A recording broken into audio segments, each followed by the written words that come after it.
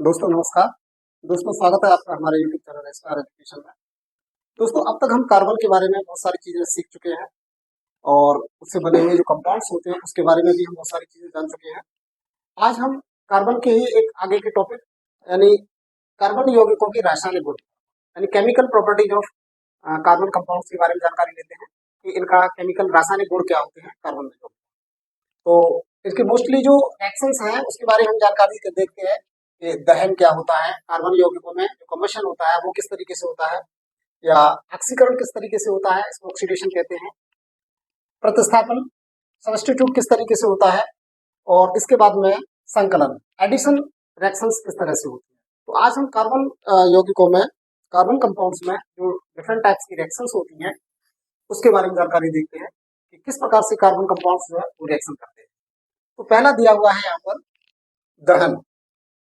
ये दहन दिया हुआ है, कंबशन इसको कहते हैं।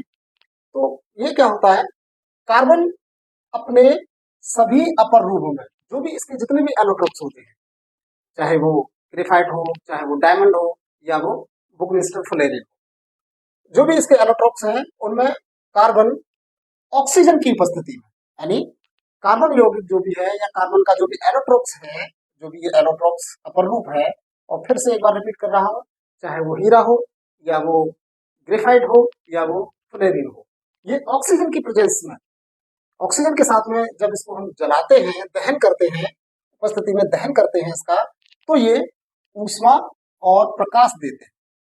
ये कार्बन यौगिक जब हम इनको जलाते हैं कार्बनिक यौगिकों को, तो ये दहन करने पर ऑक्सीजन की उपस्थिति में ऊष्मा और प्रकाश देते हैं। फिर से मैं बोल रहा हूं कि जब हम कार्बन के एलोट्रोप, अब वो एलोट्रोप कोई भी हो सकते हैं, चाहे वो डायमंड हो या वो ग्रेफाइट हो या वो फ्लोरीन है, जो भी कार्बन के एलोट्रोप्स हैं या कार्बन का कोई यौगिक है, जब हम उसको ऑक्सीजन के साथ, ऑक्सीजन की प्रेजेंस में जब हम उसको जलाते हैं, उसका दहन करते हैं, तो ऊष्मा मिलती है, प्रकाश मिलता है, और इसके साथ में हमें कार्बन डाइऑक्साइड मिलती है। क्या मिलती है हमें? Carbon dioxide. मोस्ट इंपोर्टेंट है, ऊष्मा प्रकाश के साथ में हमें इसके दहन करने पर क्या मिलता है? Carbon dioxide. तो इसका रिएक्शन दिया हुआ है, कोई भी कार्बन है, जब हम उसको ऑक्सीजन के साथ में दहन करते हैं उसका, तो हमें कार्बन डाइऑक्साइड मिलता है CO2, और उसके साथ ही हमें ऊष्मा और प्रकाश मिलता है, लाइट मिलती है, ऊष्मा मिलती है। नेक्स्ट दूसरा रिएक्शन देखते हैं। कोई भी कार्बन यौगिक है, जब हम उसको ऑक्सीजन के साथ में रिएक्ट करते हैं, तो यहाँ पर भी हमें CO2 मिल रही है, कार्बन डाइऑक्साइड, और यहाँ पर जल मिलता है हमें, और जल के साथ साथ ऊष्मा और प्रकाश मिलता है। नेक्स्ट एक और रिएक्शंस देखते हैं इसकी हम। ये एथिल अल्कोहल है, कार्बन कंपाउंड्स है, और जब इसको भी हम ऑक्सीजन के प्रेजेंस में इसका दहन करते हैं, तो इसके दहन करने के बाद भी हमें कार्बन डाइऑक्साइड, CO2 और जल मिलता है, वाटर, और इसके साथ में ऊष्मा और प्रकाश मिलता है। तो ये था कार्बन एलोट्रोप्स है, कार्बन यौगिक है कोई भी, उसके दहन का प्रोसेस, कि जब भी कोई कार्बन का कंपाउंड या कार्बन का एलोट्रोप दहन करता है, जब हम दहन करते हैं उसको या उसको जलाते हैं ऑक्सीजन की उपस्थिति में, तो वह कार्बन डाइऑक्साइड देता है और साथ में ऊष्मा और प्रकाश देता है। यह है इसका पहला गुणधर्म, पहला प्रॉपर्टीज है कि कार्बन यौगिक या कार्बन एलोट्रोप्स दहन किस प्रकार से करते हैं और क्या बनाते हैं। अब हम नेक्स्ट प्रोसेस पे चलते हैं। इससे पहले एक एक्टिविटी देख लेते हैं। इसका एक एक्टिविटी है। एक्टिविटी क्या है दोस्तों, आपको मैं बताऊं, जनरली सबके घरों में होता है कि आप या तो नेफ्थलीन ले लीजिएगा, और नेफ्थलीन नहीं है तो आप कैम्फर ले लीजिएगा, और उसको आप कहीं भी किसी भी स्पेस पर रख करके, ओपन स्पेस में है कहीं भी रख करके उसको जलाइए, और जलाने के बाद में एक प्लेट ले लीजिएगा, और उस प्लेट को उस जलाने के जो उसकी लौ निकलती है उस लौ के ऊपर रख लीजिएगा। देखिएगा कि क्या निष्कर्ष निकल के आता है।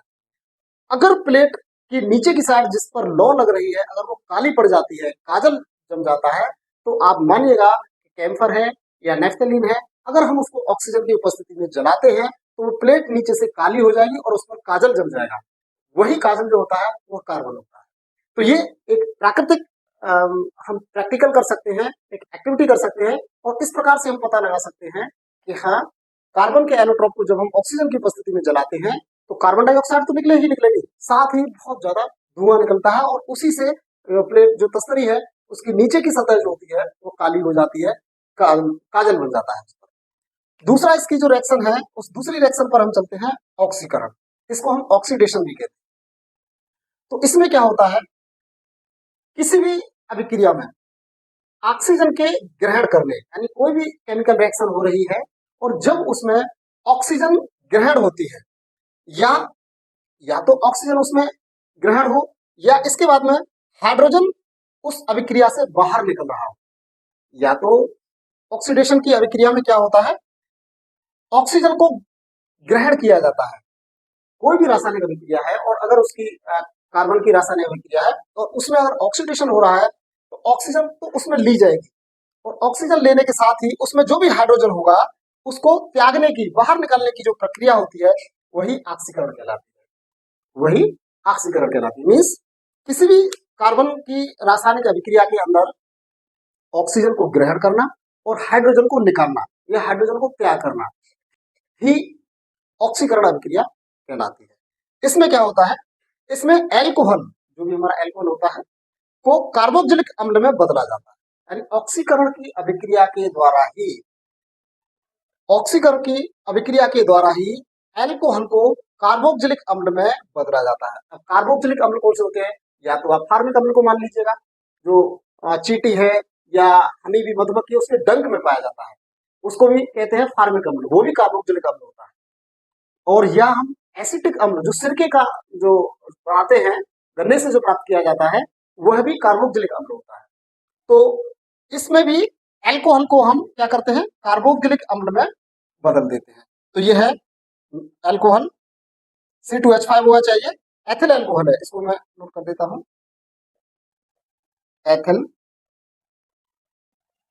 एल्कोहल, ये एथिल एल्कोहल है।